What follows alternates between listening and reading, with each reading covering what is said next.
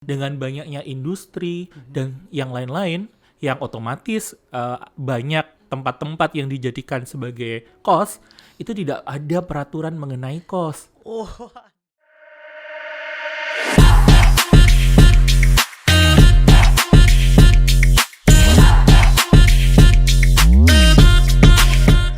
Educating and Entertaining Radio. Wah, balik lagi sama saya Febrian Rizky Pratama yang dulunya host magang, sekarang sudah mulai host tetap Host ya. tetap, betul Oke. sekali. Oke. Ini seru nih kayaknya. Hari ini kita mau bahas apa ini? Oke, hari ini kita akan bahas tentang pengaturan kos campur tangan Pemda di ruang privat dengan narasumber kita yang luar biasa. Ini Dr. Tahega Primananda Alfat. Primananda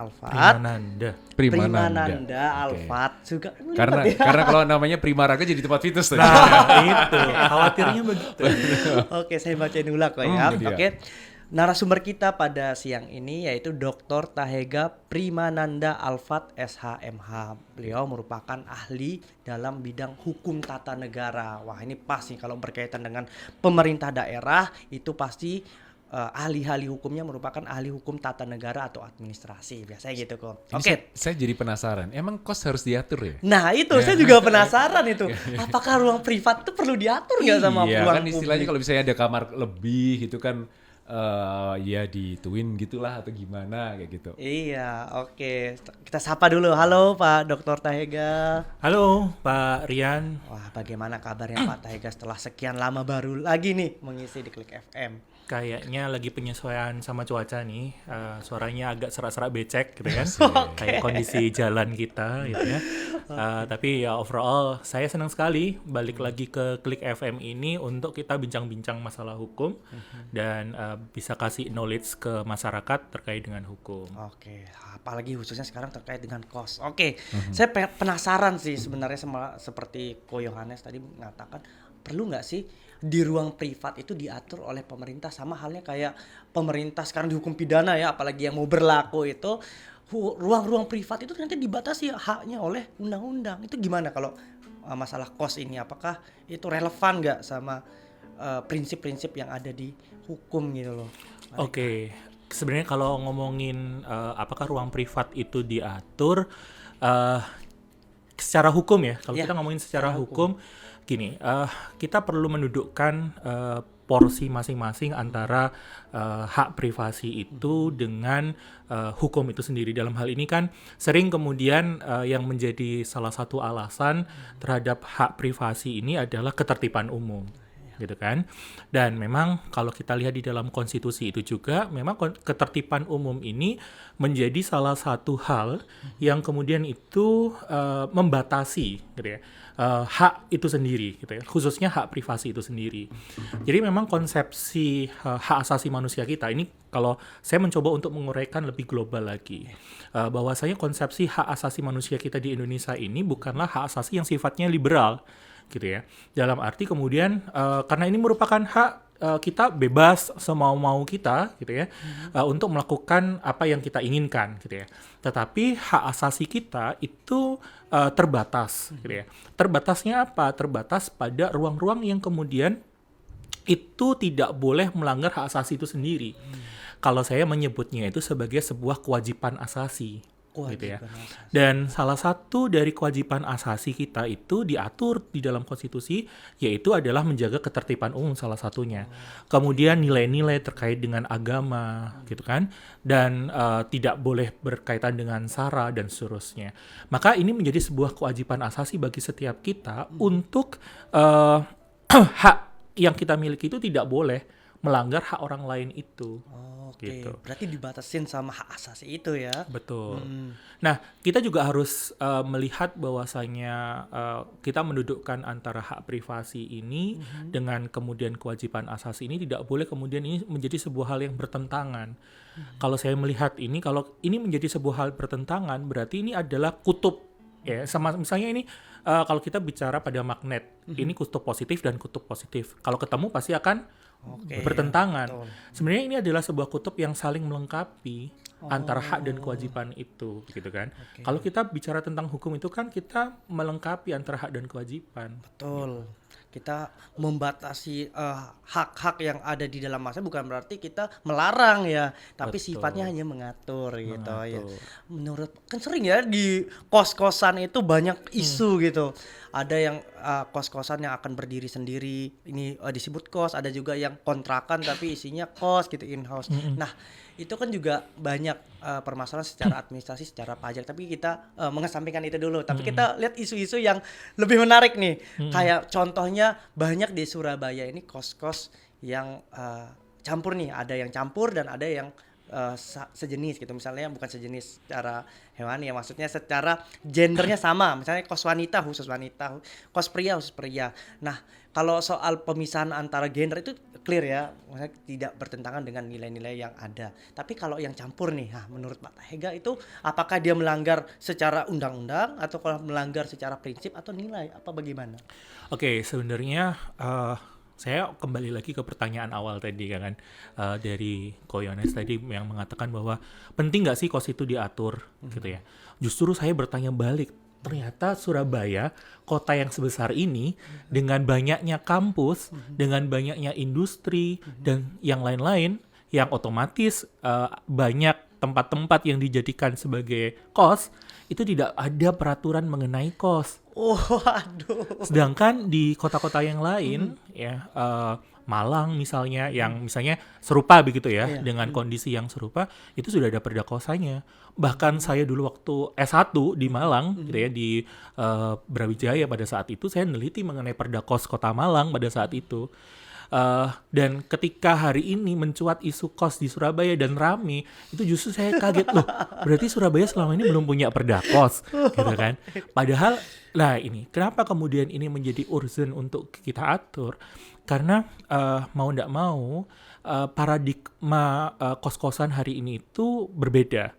Tadi kalau Koyohanes tadi kan ngomong, padahal rumah ada kamar kosong 2 gitu kan, itu kemudian diisi. Iya. Ya itu paradigma kos zaman dulu. Oh iya, Gitu kan. benar. Zaman dulu orang tua kita daripada sendiri gitu kan, dan anak-anaknya sudah melalang buana ke kota yang lain gitu kan, supaya mereka tidak sendiri maka kamar-kamar yang kosong itu diisi oleh orang lain gitu ya, yang kemudian itu sambil menemani. Maka kemudian di dalam kos-kosan itu kita mengenal ada induk semang gitu, adalah orang yang kemudian berada di dalam rumah itu sebagai pemilik rumah itu, yang kemudian dia mengurus kamar-kamar itu. Nah, sekarang paradigmanya berubah. Kos-kosan tidak lagi seperti itu. Nah, kos-kosan sekarang lebih kepada investasi. Gitu. Bahkan jumlah kamarnya itu bisa melebihi 10 kamar. Betul sih. Dan kalau kemudian 10 kamar lebih begitu kan. Nah, saya pikir ini layaknya hostel. Layaknya homestay, layaknya hotel kecil misalnya, ya hostel tadi ya misalnya, lah kondominium misalnya gitu.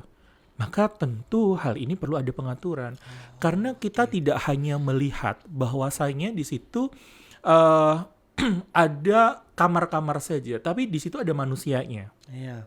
Nah, ketika saya melihat di situ ada manusia, maka ada ruang interaksi di sana.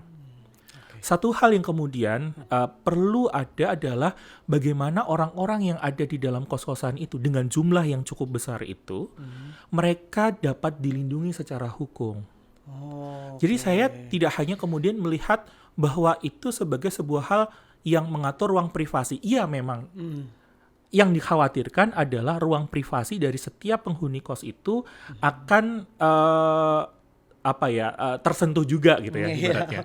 Tapi saya justru melihat lebih jauh itu. Misalnya kalau dia kamarnya taruhlah dari 10 kamar tadi gitu ya. Maka berarti dia harus punya bangunan yang itu terjamin ya secara dengan 10 kamar itu tadi. Misalnya nih, struktur bangunannya kuat atau tidak. Gitu ya. Kemudian bagaimana instalasi listriknya. Kemudian bagaimana keamanannya. Kemudian bagaimana misalnya nih terjadi kebakaran. Iya. Apakah apartnya itu sudah tersedia atau tidak. Kemudian titik kumpulnya di mana. Nah, kemudian juga kita bicara pada ruang parkir. Iya. Ya kan? Dengan 10 kamar berarti paling tidak kita punya asumsi ada 10 kendaraan di sana. Itu kalau kendaraannya motor. Iya. Kalau kendaraannya mobil Nah, apakah kemudian penyedia kos wajib untuk menyelenggarakan ruang atau tempat parkir tersebut? Nah, ini yang kemudian bahwasanya kos itu ternyata hari ini tidak sesederhana yang dulu. Oke, iya betul. Oke, kalau dulu itu tadi Iya. orang tua sendiri daripada sendiri kamar yang 2 kosong disewakan gitu kan. Maka ini menjadi sebuah hal yang sederhana memang. Tapi kalau kemudian itu lebih dari misalnya 5 aja gitu ya. Maka ini tidak hanya sekedar ruang yang sederhana, tapi ini ada ruang yang harus diatur ya, syarat-syaratnya, administrasinya dan seterusnya. Oke. Nah, Oke. itu Pak Rian. Saya pikir tadi soal kos-kos hanya berkaitan dengan sosial. Betul. Ternyata banyak itu dari konstruksinya dulu gimana, bagaimana fasilitas parkirnya, bagaimana keamanan dan terhadap kebakaran. Ternyata seperti bangunan apartemen juga ya. Iya. Hotel kamar-kamar kos pada Iya. zaman sekarang ini. Oh, Betul. luar biasa. Nah, Ternyata perlu juga kalau diatur. menyelenggarakan kos terus mikirin itu dulu, nggak bikin kos akhirnya. Akhirnya begitu. Ruwet mikirin itu. Betul. Betul kan? Memang itu kenapa kemudian hari ini saya lihat kan banyak sekali ya orang yang berduit Yes. gitu ya. Oh, aku punya duit nih, aku Yeah. invest kaos aja deh gitu kan. Aku investasi diam lah ya. Betul. Aku nggak ngapa-ngapain. Passive income nih. Passive Iya, income. passive Aku nggak ngapa-ngapain tapi aku bisa dapat duit bulanan. Oke. Padahal ada tanggung jawab yang harusnya dia lakukan selama kemudian dia menyewakan kos itu. Dan ini urgensi kenapa perda kos-kosan ini perlu ada gitu. Oke. Nah, karena memang nanti kita akan menggolongkan jenis-jenis kos-kosan itu. Oh iya, betul. Oke, Nah, itu yang kemudian kita akhirnya menempatkan ruang proporsional kepada pemilik kos. Tentu dong, pemilik kos yang punya cuma 2 kamar dengan pemilik kos yang dengan 10 kamar, dia punya kewajiban yang berbeda. Iya, iya. Gitu. Tidak bisa disamakan. Nah, itu kita kalau bicara pada pemilik kos ya. Kalau kita bicara pada ruang privasi Iya, tadi ruang ya, privasi. maka kemudian tentu ini juga harus diatur misalnya penempatan CCTV gitu kan. Oke. Yang kemudian itu tidak sampai masuk ke dalam kamar-kamar dari setiap itu. Oh iya. Gitu kan. Kalau dia dipasang pada koridornya, it is okay kan. Itu untuk menjaga keamanan kita. Tapi kalau sudah mengarah ke kamar, gitu kan. Nah, ini mengganggu ruang privasi. Termasuk juga misalnya membuka kamar, gitu kan. Oke. Undang-undang HAM kita itu mengatur pasal 32 tentang ruang kediaman itu sendiri. Bahwa pada prinsipnya itu menjadi hak kita untuk kemudian kediaman kita itu tidak boleh sembarangan dimasuki oleh orang lain. Kecuali atas perintah hukum. Oh iya. Gitu. Nah, itu kemudian berlaku juga nantinya. Nah, makanya itu penting supaya kemudian misalnya pemilik kos atas dalih kemudian dia pemilik dia tiba-tiba buka kamar, nggak boleh. Dan ini harusnya diatur secara hukum. Nah, pengaturannya di mana? Tentu perda ini menjadi satu hal jenis peraturan perundang-undangan yang tepat untuk mengatur hal itu. Oke. Nah, saya penasaran nih kok. Jadi ruwet ya. Iya. Padahal awalnya sederhana ya. Padahal iya, ini daripada yang tinggal setan nih, mending kos ini nih, siapa tahu anu akhirnya menemani si zaman dulu kan orang tua 2 kamar, 3 kamar, daripada nanti makhluk halus yang datang, mending perempuan dengan kulit halus yang menemani kan. Betul, betul. Itu saya sepakat juga sih. Oke. Pak Taiga. Nah, di Malang kan sudah mengatur. Saya penasaran isi dalam apa aja sih yang diatur dalam Perda Malang. Siapa tahu nanti setelah ini Pak Taiga bisa jadi narasumber nih di Pemkot untuk buat perda tentang kos-kosan. Nah, itu apa aja yang diatur dalam Perda di Malang? Itu saya pengen tahu tuh. Yang pasti adalah pengaturan terkait dengan proses administrasinya. Oh, administrasi. Perizinan, gitu ya, perizinan. Pajak-pajak juga ya pasti ya. Jangan ngomongin pajak dulu. Oh, yang terus, pajak dulu. Oke. gitu ya. Lagi sensitif ya. Ya, kita ngomongin dulu terkait dengan perizinan, Oke, gitu ya. oke. Mulai dari kelayakan bangunan, jadi kemudian juga ya terkait dengan administrasi kependudukan. Mau tidak mau, mereka yang hadir di situ kan pendatang. Betul. Gitu kan. Nah, pendatang ini tentu penduduk sekitar situ juga harus tahu siapa saja yang ada di situ, gitu kan. Oke. Nah, syarat-syarat administrasi sebagai penghuni kos ini tentu harus lengkap dalam arti dia punya administrasi kependudukan juga ya, dia aslinya dari mana dan seterusnya. Nah, ini kan sebagai upaya untuk penelusuran, gitu kan.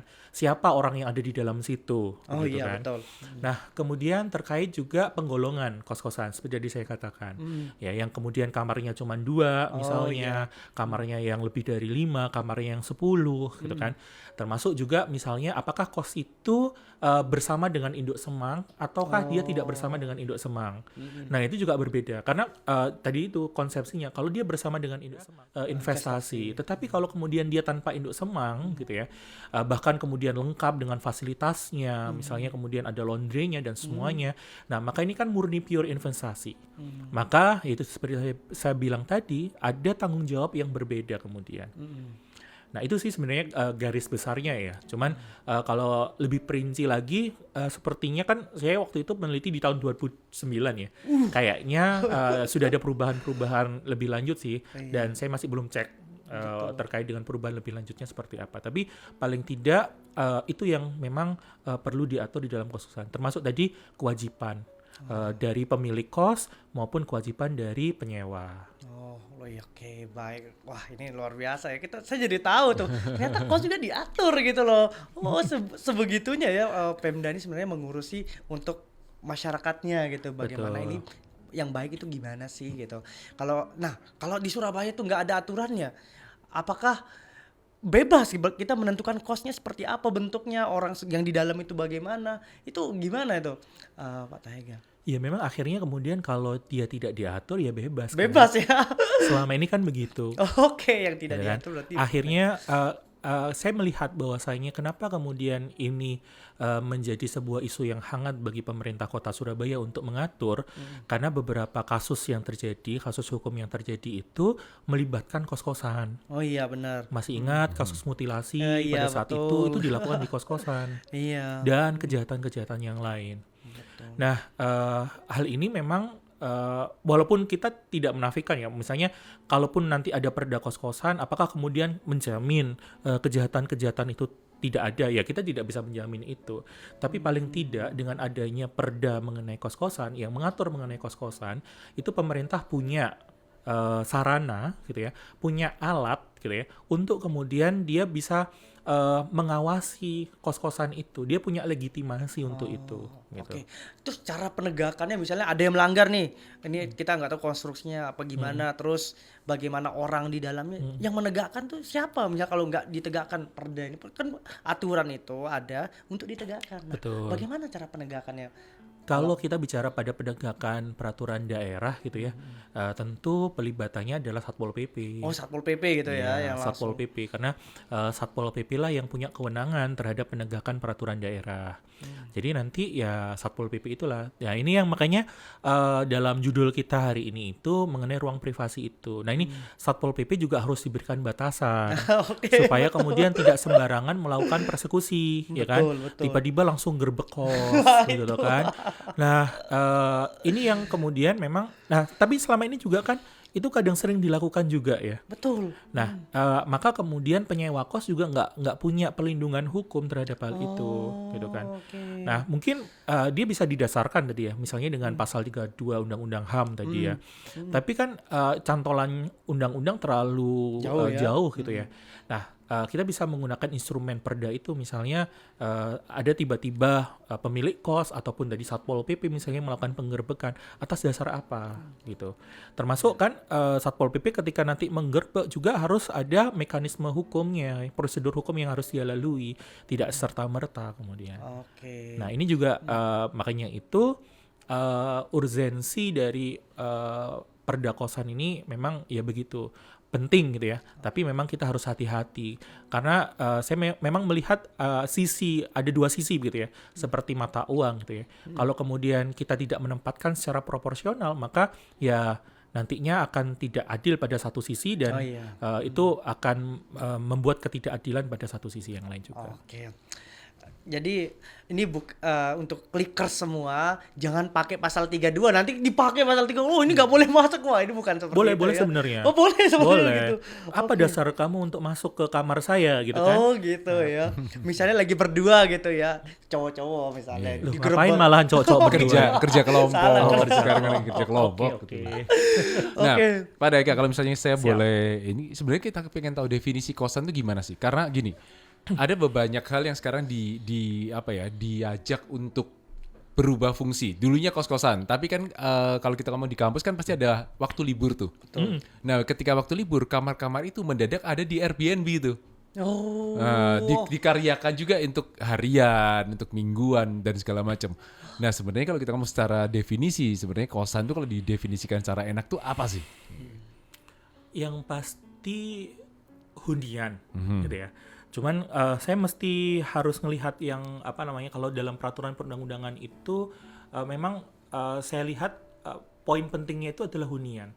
Temporary hunian. mungkin ya? Temporary hunian. Nah, ketika dia temporary hunian, maka dia sudah masuk ke dalam makna dari kos itu definisi sendiri. dari kos itu sendiri.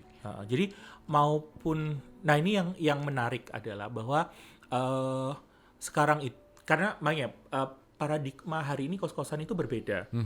Sekarang itu makanya kalau kemudian kamarnya kosong, Ya. gitu kan, dia bisa dilakukan harian. Betul. Ya, itu kenapa kemudian saya tadi menganggap bahwa kita penting untuk mengatur ini.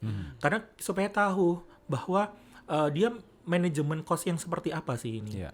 Jangan-jangan itu tadi hostel yang terselubung menjadi kos. Betul. Sehingga dia bebas pajak Iya, misalnya. betul. Gitu kan. Itu yang biasa kita. Dan yang lain-lain. Karena kalau konsepsinya misalnya dia dibuat per harian gitu kan, dengan sekian banyak kamar, Iya. ya ini berarti bukan kos-kosan dong. Iya. Uyu tuh. Malah di hostel ya. Iya. Itu sih. Uyu tuh. Makanya kan balik lagi beberapa kos itu kalau di dekat kampus juga mulai memasang entah itu Uyu, entah itu Red Doors. Iya, kan iya, kelihatan tuh. benar. Dan ternyata setelah ditelaah ternyata ada momen di mana ada beberapa kamar yang memang disewakan harian, ada yang untuk long stay. Betul. Jadinya rancu antara kos-kosan dengan ini hostel apa kos-kosan atau apa kayak gitu loh. Oke. Makanya itunya sebenarnya pengaturan ini penting untuk bisa membedakan ya. Ini apakah perizinannya untuk hotel, Yeah. apa perizinan untuk hostel, atau ini perizinannya untuk kos. Betul. Jangan dicampur adukan nanti pajaknya. Nah itu bisa diselubung-selubungi. Seperti Tapi itu sebenarnya. pasti akan ada ucapan, lah mumpung kosong kan anak-anaknya libur kuliahnya 40 hari nih. 40 hari saya makan apa ya, saya saya bikinkan harian. Seringkali seperti itu memang.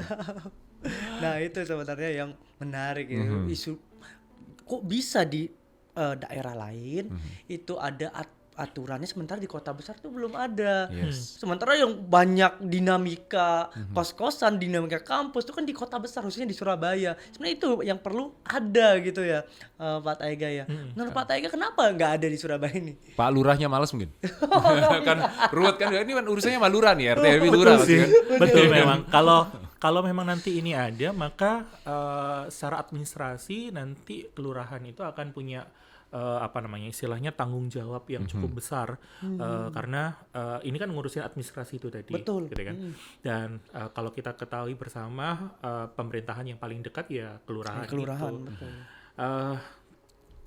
Ya kayaknya dulu masih belum kepikiran sih. Oh, mungkin. belum kepikiran. Dan itu tadi nggak mau ribet juga sih kayaknya juga. Nah, tapi sekarang itu tadi karena semakin menjamurnya kos-kosan yang ada di kota Surabaya, dan sudah banyak sekali pengaduan-pengaduan terkait dengan kos-kosan itu.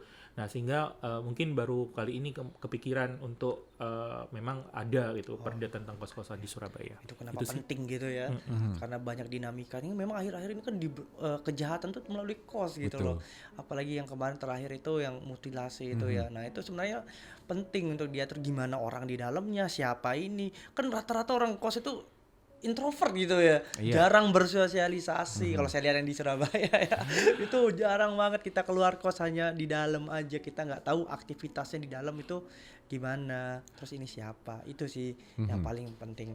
Terus kalau bikin perda Pak, kira-kira siapa yang berwenang? Karena kan masing-masing dinas nanti akan merasa bahwa dirinya berwenang. Kan? Wah, betul. Iya kan? Iya ya, dinas mana? Dinas mana ya? Dinas yang mengurusi, karena saya yakin bahwasanya perda kos-kosan ini cantolan utamanya adalah perihal ketertiban umum. Maka urusan ketertiban umum inilah yang akan punya wewenang untuk membuat perda kos-kosan ini. Saya pikir mungkin bisa jadi ya Satpol PP. Satpol PP yang akan. Tapi Satpol PP tidak punya wewenang untuk mengambil istilahnya yaitu tadi secara pajak dan segala macam, dia tidak berwenang. Nanti akan muncul nih dinas keuangan atau pajak yang akan muncul juga. Gua juga pengen bikin nih. Tentu. Karena kan kalau kita bicara pada sektor perda itu tidak hanya kemudian satu stakeholder saja.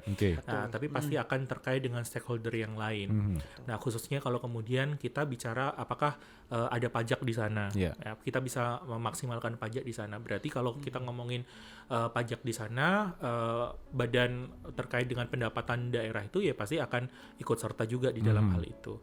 Dan saya pikir ngomongin terkait dengan kos-kosan ini tidak hanya kemudian hanya berkutat pada itu saja. Misalnya kemudian kita ngomongin terkait dengan APH juga, ya, aparatur penegak hukum, misalnya kepolisian di sektor terkait gitu ya. Kemudian juga bisa jadi pokoknya dinas-dinas yang kemudian berhubungan dengan kos-kosan itu sendiri sih. Dia pasti akan dilibatkan juga di dalam proses pembentukan ini. Ujung-ujungnya jadinya perdanya berlapis nih. Jadi ini bikin sendiri, ini bikin sendiri, ini bikin sendiri, dibikin sendiri. Akhirnya orang malas bikin kos-kosan karena maaf kata rumit. Nah, makanya itu kita akan lihat bagaimana kemudian perda kos-kosan nanti yang ingin dibuat oleh Surabaya.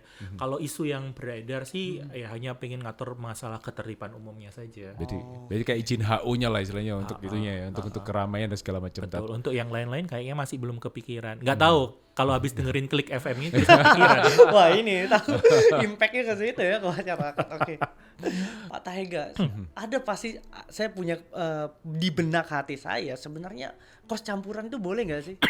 Secara hukum dan secara prinsip lah. Kita bedakan dulu nih.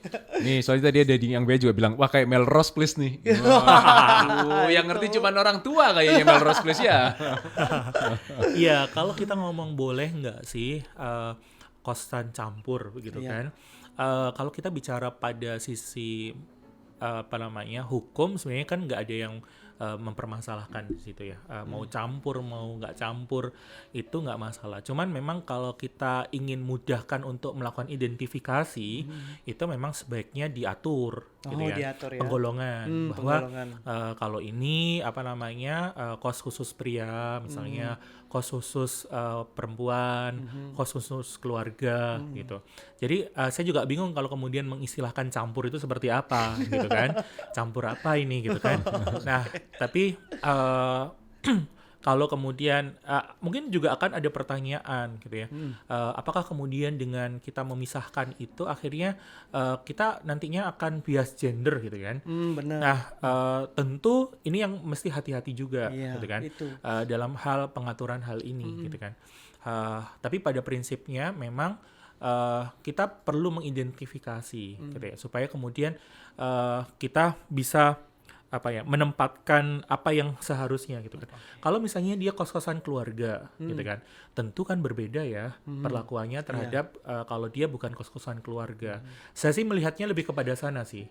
Jadi dia untuk keluarga atau bukan untuk keluarga. Nah, makanya kalau tadi Pak Rian ngomong campur, ini apa definisi campur ini gitu. Karena yang saya tahu nasi campur atau es campur gitu kan. Secara hukum aman, tapi secara etika yang kadang-kadang nggak aman gitu. Soalnya begini, ada satu pasal di KUHP nasional kita di Undang-Undang Nomor 1 Tahun 2023 itu nyebutin, saya lupa antara pasal 413 atau 513 ya, tentang seseorang yang di luar kawin yang hidup bersama layaknya suami istri disebut kohabitasi. Nah, hidup bersama ini apakah hidup sebelahan kamar itu termasuk hidup bersama layaknya suami istri, atau jangka waktu sehari juga disebut sebagai layaknya suami istri? Saya takutnya seperti itu. Nanti kos-kosan yang antara laki sama wanita itu sama disebut kohabitasi, langsung polisi masuk. Nah, itu gimana? Itu urgensi pertanyaan saya untuk soal kos yang antara laki-laki sama perempuan. Nah, takutnya nanti disebut kohabitasi, polisinya masuk. Oh, ini kohabitasi nih. Baru kita padahal cuma berkunjung atau cuma sebelahan aja kalau disebut kohabitasi. Itu gimana itu, Pak? Ya, memang kalau kemudian kita bicara pada sektor KUHP mengenai kohabitasi itu sebenarnya kan kalau saya lihat rasio legisnya pada saat itu adalah untuk mencegah adanya kumpul kebo ya kalau Oke. bahasa Surabaya ini gitu kan. Nah, kalau kemudian kita mendefinisikan kumpul kebo itu sendiri tentunya adalah hubungan tanpa ikatan perkawinan gitu kan. Yang mana kemudian dia tinggal bersama layaknya suami istri. Nah, saya sih masih melihat bahwa kohabitasi itu pada hal yang demikian. Jadi dia bukan suami istri, tapi kemudian dia memutuskan untuk hidup bersama, gitu ya, layaknya suami istri. Maka itu bisa masuk dalam pengertian kohabitasi itu tadi, atau kumpul kebo kalau dalam bahasa kita. Sebenarnya saya melihat pasal itu sebagai sesuatu hal yang simple gitu ya, karena saya melihat dari rasio legisnya. Kenapa aturan itu muncul? Karena memang kalau kita melihat pada KUH pidana buatan Belanda itu kan tidak mengatur masalah Betul. kohabitasi. Betul. Ya karena memang dalam sisi budaya pada saat itu mungkin ya Belanda melihat orang yang tanpa perkawinan pun ya tidak masalah Betul. gitu kan. Nah, tapi itu berbeda dengan kita. Betul. Gitu ya. Nilai-nilai budaya kita, nilai-nilai agama kita itu tidak demikian.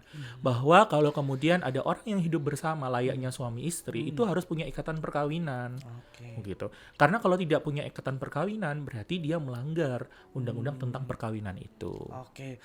Nih misalnya kalau sebelahan kamar kos-kosan nih, apakah itu juga disebut hidup bersama tuh? Kan kita sama-sama di tempat kosan. Aktivitas Tapi beda suami dan kamar. istri itu sebenarnya kan salah paham ya. Oh, gitu. Berantem Malah itu terus yang didefinisikan. suami istri nih pasti nih.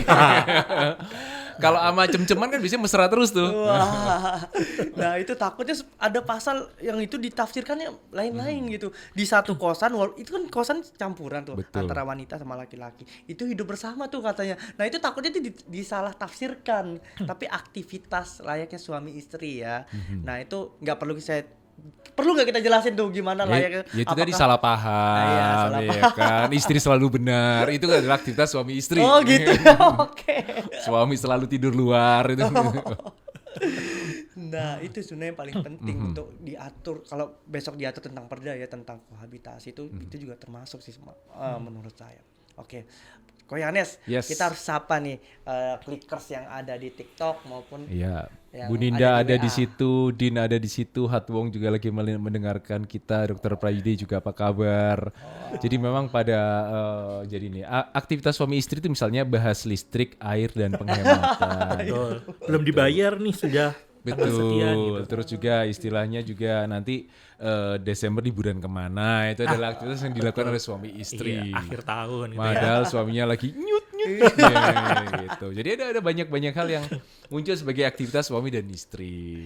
Iya, itu makanya adakah pertanyaan di TikTok maupun di WhatsApp? Masih aman karena rata-rata mungkin masih memantau atau mungkin karena gini orang Indonesia tuh gitu ya, daripada mereka beli tanah mending dibangun sekali. Nah, kalau udah dibangun kok kosong, udahlah sekalian jadiin kos. Dan yang menarik Pak, kos itu banyak yang tersamar daripada yang beneran nunjukin bahwa dirinya kos-kosan gitu. betul. Nah, nanti pengecekannya seperti apa tuh?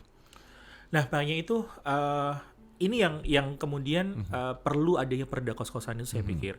Karena kan tadi saya bilang bahwa dengan adanya perda kos-kosan ini, maka dia akan mengajukan izin itu. Iya. Dia akan menyampaikan ke kelurahan bahwa rumah ini akan saya gunakan sebagai kos-kosan. Ya. Gitu kan. Oke. Nah, sehingga kita akan mudah mengidentifikasi, oh, rumah yang sektor ini itu kos-kosan. Oh, yang ini bukan. Nah, ini yang kemudian aparatur gitu ya, aparatur penegak hukum itu akan lebih mudah untuk kemudian melakukan Iya. misalnya penindakan, penegakan hukum di dalamnya. Nah, supaya kemudian tidak lagi oh ini rumah biasa kok, tapi kemudian dimasukin karena alasan kos-kosan, kan itu nggak bisa. Atau kemudian kebalikannya, dia ternyata kos-kosan tapi tidak pernah melapor. Berarti kan itu menjadi sebuah yang ilegal. Nah, maka penyewa itu bisa, atau kemudian pemilik kos ya, maksud saya pemilik kos itu bisa diberikan sanksi atas tindakannya itu. Gitu Pemilik kan. kos. Iya, Gitu. iya. Ini ada pertanyaan nih. Mau tanya kalau tetangga yang menggunakan rumahnya untuk kos-kosan dan ternyata mengganggu, mungkin ya itu tadi berisik Oh, kayak iya, bener, atau bener. aktivitas suami istri kan, banting-banting piring kan gitu. Bisa nggak tetangga itu melaporkan? Terus dasarnya apa nih si tetangga melaporkan? Cuman masalah berisik Pak. Oh iya, bener, Apakah berisik itu kuat untuk jadi sasaran laporan nih gitu?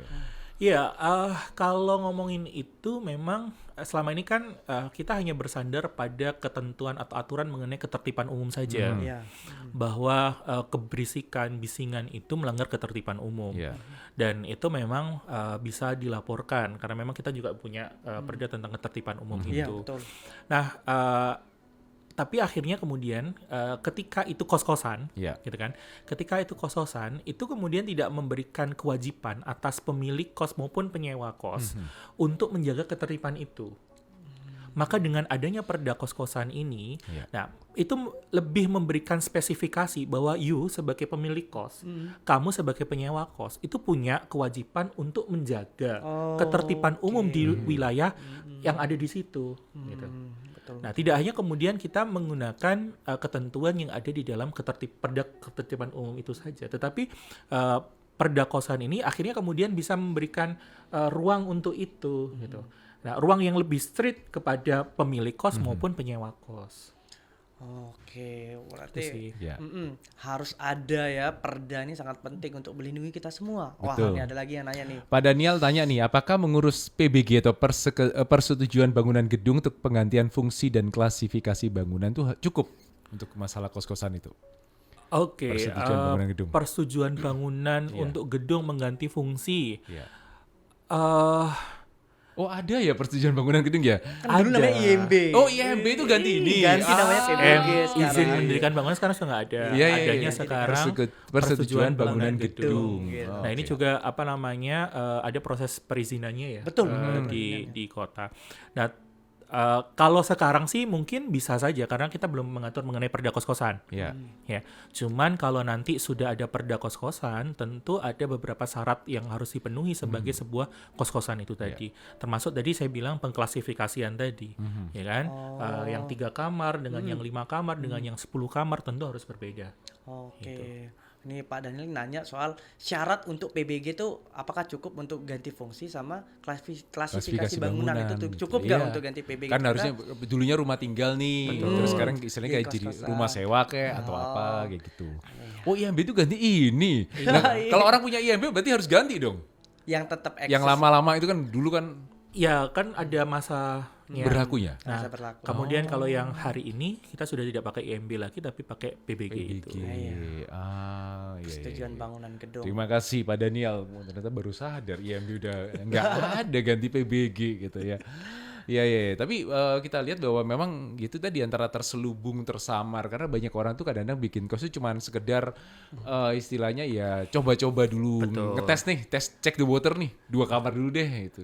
Orang 1 kamar dulu gak anaknya udah kuliah nggak di situ dikaryakan. Iya. Nah, kok lumayan dia buat bayar listrik ya. Nah, betul sih memang. Jadi kadang ya itu tadi memang itu paradigma yang lama kok. Iya.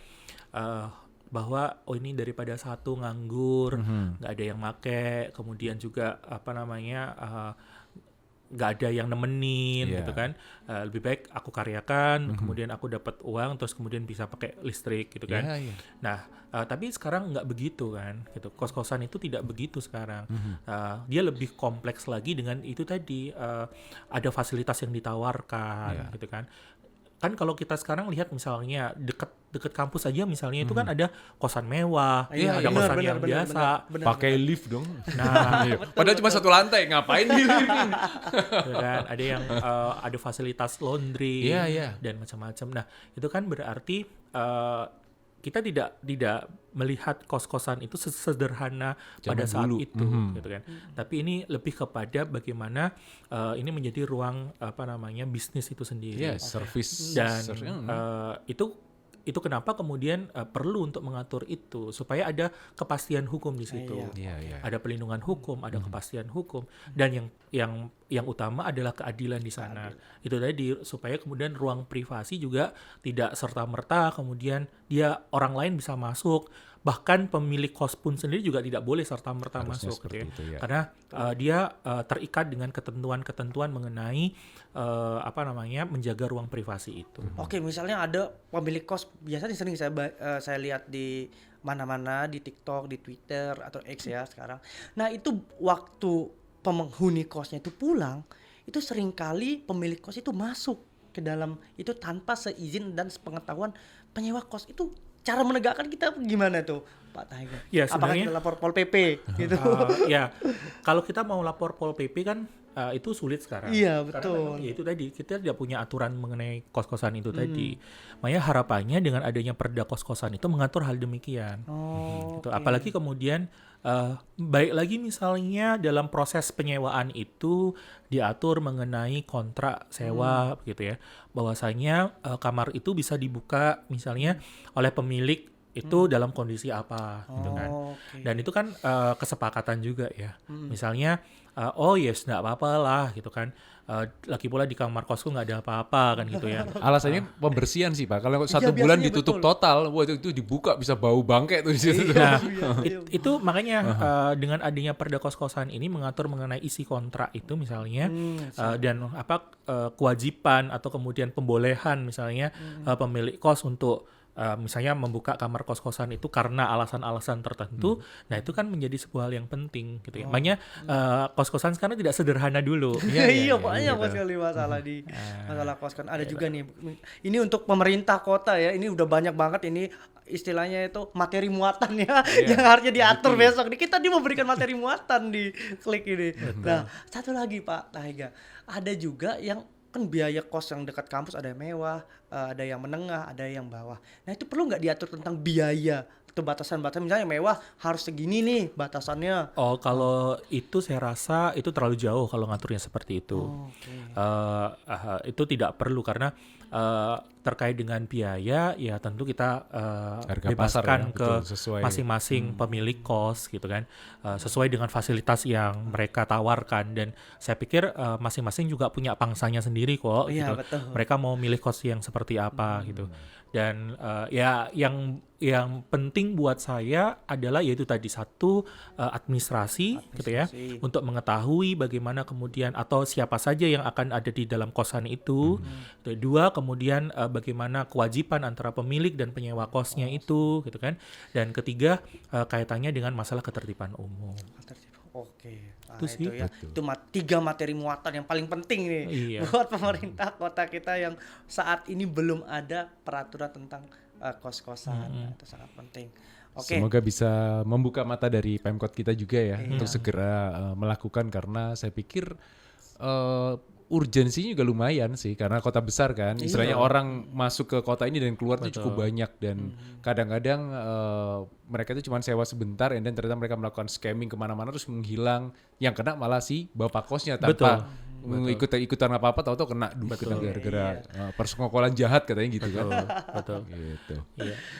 Oke, Clickers, kalau ada pertanyaan dari TikTok silahkan atau di WA kita di 0822 9797 1005. Kalau lihat waktunya kayak kita harus masuk ke konklusi nih. Oh, sudah kalian. konklusi nih. Betul.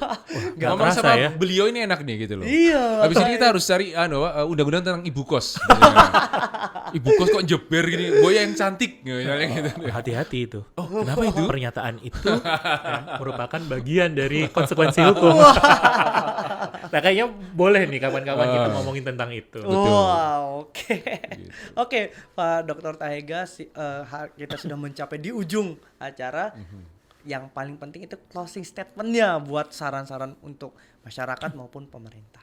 Oke, buat saya ketika kemudian kita mengatur khususnya pada ruang-ruang privasi kita, pemerintah baik itu pemerintah pusat maupun pemerintah daerah kabupaten atau kota itu harus memperhatikan juga hak-hak yang dimiliki oleh setiap warga negara dan juga hak asasi yang dimiliki oleh setiap orang atau setiap manusia itu. Mengatur bukan berarti menyulitkan, gitu kan? Mengatur supaya kemudian kita punya kepastian. Dengan mengatur kita juga punya perlindungan dan dengan mengatur itu pula ya atau kemudian kita berbicara tentang hukum justru keadilan itu bisa kita dapatkan. Buat saya itu sih dan kemudian kita ketika berbicara tentang hukum gitu ya tidak perlu takut. Tidak perlu ya, takut. tidak perlu takut karena dengan hukum itulah kemudian kita justru bisa lebih bahagia lagi. Oke, luar biasa narasumber kita pada. Iso Pak Tahega.